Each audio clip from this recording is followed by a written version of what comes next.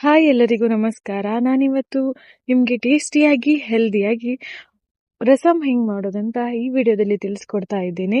ಒಂದು ಸಿಂಪಲ್ ಆಗಿ ಮಾಡ್ತಿರುವಂತ ರೆಸಿಪಿ ಇದು. ಟೇಸ್ಟಿ ಆಗಿರ್ತದೆ. ನೀವು ಇದರಲ್ಲಿ ಮಕ್ಕಳಿಗೆ ಅಥವಾ ದೊಡ್ಡವರಿಗೆ ಬಾಯಿ ರುಚಿ ಸರಿ ಇಲ್ಲದೆ ಇದ್ರೆ ಈ ರೆಸಿಪಿನ ಒಮ್ಮೆ ಟ್ರೈ ಮಾಡಿ, ತುಂಬಾ ಚೆನ್ನಾಗಿರ್ತದೆ. ಮೊದಲಿಗೆ ನಾನಿಲ್ಲಿ ಇದಕ್ಕೆ 4 ಟೊಮೆಟೊನ ತಗೊಂಡಿದ್ದೇನೆ, ಮೀಡಿಯಂ ಗಾತ್ರದ ಟೊಮೆಟೊ. ಹಾಗೆ 4 ಹಸಿಮೆಣಸನ್ನ ತಗೊಂಡಿದ್ದೇನೆ. ಹಸಿಮೆಣಸು ಖಾರಕ್ಕೆ ತಕ್ಕಂತೆ ತಗೊಳ್ಳಿ ನೀವು. ಹಾಗೆ ಇದನ್ನ ಟೊಮೆಟೊ ಮುಳುಗುವಷ್ಟು ನೀರು ಹಾಕಿ ಒಲೆ ಮೇಲೆ ಬೇಯಿಸ್ಲಿಕ್ಕೆ ಇಡಿ. ನಂತರ ನಾನು ಇಲ್ಲಿ ಇದಕ್ಕೆ 1/4 ಟೀ ಸ್ಪೂನ್ ಆಗುವಷ್ಟು ಕಾಳು ಮೆಣಸು, 1/4 ಟೀ ಸ್ಪೂನ್ ಆಗುವಷ್ಟು ಧನಿಯಾ ಅಂದ್ರೆ ಕೊತ್ತಂಬರಿ ಬೀಜ, ಹಾಗೆ 1.5 ಸ್ಪೂನ್ ಆಗುವಷ್ಟು ಜೀರಿಗೆ ತಗೊಂಡಿದ್ದೇನೆ ಫ್ಲೇವರ್ಗೋಸ್ಕರ. ಅದನ್ನ ಲೋ ಫ್ಲೇಮ್ ಅಲ್ಲಿ ಇಟ್ಕೊಂಡು ಸ್ವಲ್ಪ ಹಸಿ ವಾಸನೆ ಹೋಗೋವರೆಗೂ ಹುರ್ಕೊಂಡ್ರೆ ಸಾಕಾಗ್ತದೆ.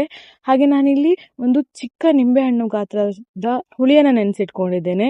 ನಂತರ ಟೊಮೆಟೊ ಈ ತರ ಬೆಂದ್ರೆ ಸಾಕಾಗ್ತದೆ. ಬೇಯಿಸಿಟ್ಕೊಂಡಿರೋ ಟೊಮೆಟೊವನ್ನ ನಾನು ಇವಾಗ ಕಟ್ ಮಾಡಿ ಇಟ್ಕೊಂತಿದ್ದೇನೆ, ಯಾಕಂದ್ರೆ ಸ್ವಲ್ಪ ಬಿಸಿ ಆರ್ಬೇಕು. ಮಿಕ್ಸಿಗೆ ಹಾಕೊಳ್ಳೋಕ್ಕಿಂತ ಮುಂಚೆ ಬಿಸಿ ಆರ್ಬೇಕಂತ ನಾನು ಇದನ್ನ ಕಟ್ ಮಾಡಿ ಇಟ್ಕೊಂತಾ ಇದ್ದೇನೆ. ನಂತರ ಸ್ವಲ್ಪ ಟೊಮೆಟೊ ಬಿಸಿ ಆರಿದ ನಂತರ ಒಂದು ಮಿಕ್ಸರ್ ಜಾರ್ ತಗೊಂಡು ಅದಕ್ಕೆ ಬೇಯಿಸಿಟ್ಕೊಂಡಿರೋ ಟೊಮೆಟೊ, ಹಸಿಮೆಣಸು ಹಾಗೂ ಆವಾಗಲೇ ಹುರಿದಿಟ್ಕೊಂಡಿರುವಂತಹ ಮಸಾಲೆಗಳು ಹಾಗೂ ಹುಳಿಯನ್ನ ಆಡ್ ಮಾಡ್ಕೊಂತಾ ಇದ್ದೇನೆ. ಈ ತರ ನಾನು ಇಲ್ಲಿ ತೋರಿಸಿರೋ ಹಾಗೆ ಒಂದು ಫೈನ್ ಪೇಸ್ಟ್ ಮಾಡ್ಕೊಳ್ಬೇಕು.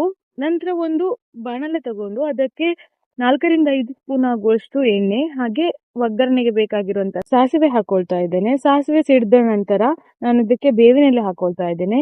ನಂತರ ನಾನು ಇದಕ್ಕೆ 4-5 ಬೆಳ್ಳುಳ್ಳಿನ ತಗೊಂಡು ಹಾಕೊಳ್ತಾ ಇದ್ದೇನೆ. ಬೆಳ್ಳುಳ್ಳಿ ಸ್ವಲ್ಪ ಚೆನ್ನಾಗಿ ಫ್ರೈ ಆಗ್ಬೇಕು, ಯಾಕಂದ್ರೆ ಬೆಳ್ಳುಳ್ಳಿಯಲ್ಲಿರುವ ಅರೋಮಾ ಬಿಟ್ಕೊಂಡ ನಂತರ ಸಾರು ತುಂಬಾ ಟೇಸ್ಟ್ ಕೊಡ್ತದೆ. ಸೊ ಹಾಗಾಗಿ ಬೆಳ್ಳುಳ್ಳಿ ಸ್ವಲ್ಪ ಫ್ರೈ ಆಗೋವರೆಗೂ ಬಾಡಿಸ್ಕೊಳ್ಳಿ. ನಂತರ ನಾನು ಇದಕ್ಕೆ 1-2 ಒಣ ಮೆಣಸನ್ನ ಕಟ್ ಮಾಡಿ ಹಾಕೊಳ್ತಾ ಇದ್ದೇನೆ. ಇದು ಕೂಡ ಟೇಸ್ಟ್ ಚೆನ್ನಾಗಿರ್ತದೆ. ಒಣ ಮೆಣಸು ಸ್ವಲ್ಪ ಫ್ರೈ ಆದ ನಂತರ ನಾನು ಇದಕ್ಕೆ ಮೊದಲೇ ಗ್ರೈಂಡ್ ಮಾಡಿ ಇಟ್ಕೊಂಡಿರುವಂತಹ ಪೇಸ್ಟ್ ಅನ್ನ ಹಾಕೊಳ್ತಾ ಇದ್ದೇನೆ. ಇದು ಜಾಸ್ತಿ ಫ್ರೈ ಆಗೋದೇನು ಬೇಕಾಗಿಲ್ಲ. ನಂತರ ನಾನು ಇದಕ್ಕೆ ಕನ್ಸಿಸ್ಟೆನ್ಸಿ ನೋಡ್ಕೊಂಡು ನೀರನ್ನ ಹಾಕೊಳ್ತಾ ಇದ್ದೇನೆ. ನಿಮ್ಗೆ ಜಾಸ್ತಿ ಕನ್ಸಿಸ್ಟೆನ್ಸಿ ಬೇಕಾದ್ರೆ ನೀರನ್ನ ಆಡ್ ಮಾಡ್ಕೊಳ್ಬಹುದು. ನಾನಿಲ್ಲಿ 2 ಬೌಲ್ ಆಗುವಷ್ಟು ನೀರನ್ನ ಆಡ್ ಮಾಡ್ಕೊಳ್ತಾ ಇದ್ದೇನೆ. ನಾನಿಲ್ಲಿ ಯಾವುದೇ ತರಹದ ಹೊರಗಿನ ರೆಡಿಮೇಡ್ ಪೌಡರ್ ಗಳನ್ನು ಯೂಸ್ ಮಾಡ್ಕೊಳ್ತಾ ಇಲ್ಲ. ಮನೆಯಲ್ಲಿ ಒಂದು ಸಿಂಪಲ್ ಆಗಿ ಇರೋ ಇಂಗ್ರೀಡಿಯೆಂಟ್ಸ್ ಇಂದಾನೆ ಪ್ರಿಪೇರ್ ಮಾಡ್ಕೊಂಡು ಹಾಕೊಳ್ತಾ ಇದ್ದೇನೆ. ನಂತರ ನಾನು ಇದಕ್ಕೆ 1 ಚಿಟಿಕೆ ಆಗುವಷ್ಟು ಅರಿಶಿಣವನ್ನ ಆಡ್ ಮಾಡ್ಕೊಳ್ತಾ ಇದ್ದೇನೆ. ಹಾಗೆ 1.5 ಸ್ಪೂನ್ ಆಗುವಷ್ಟು ಉಪ್ಪನ್ನ ಆಡ್ ಮಾಡ್ಕೊಳ್ತಾ ಇದ್ದೇನೆ. ಉಪ್ಪು ರುಚಿಗೆ ತಕ್ಕಷ್ಟು ನೀವು ನೋಡ್ಕೊಂಡು ಹಾಕೊಳ್ಳಿ. ನಾನಿಲ್ಲಿ 1.5 ಸ್ಪೂನ್ ಅನ್ನ ಆಡ್ ಮಾಡ್ಕೊಳ್ತಾ ಇದ್ದೇನೆ.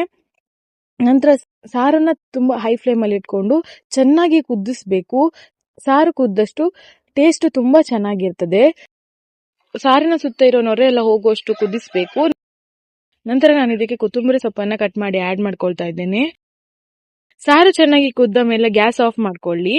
ನೋಡಿ, ಇದು ಸಿಂಪಲ್ ಆಗಿ ಟೇಸ್ಟಿ ಆಗಿರುವಂತ ರೆಸಿಪಿ ಹಾಗೂ ಹೆಲ್ದಿ ಕೂಡ ಹೌದು. ನೀವು ಒಂದ್ಸಲ ಟ್ರೈ ಮಾಡಿ ನೋಡಿ, ಹೇಗಿದೆ ಅಂತ ಕಾಮೆಂಟ್ ಮಾಡಿ.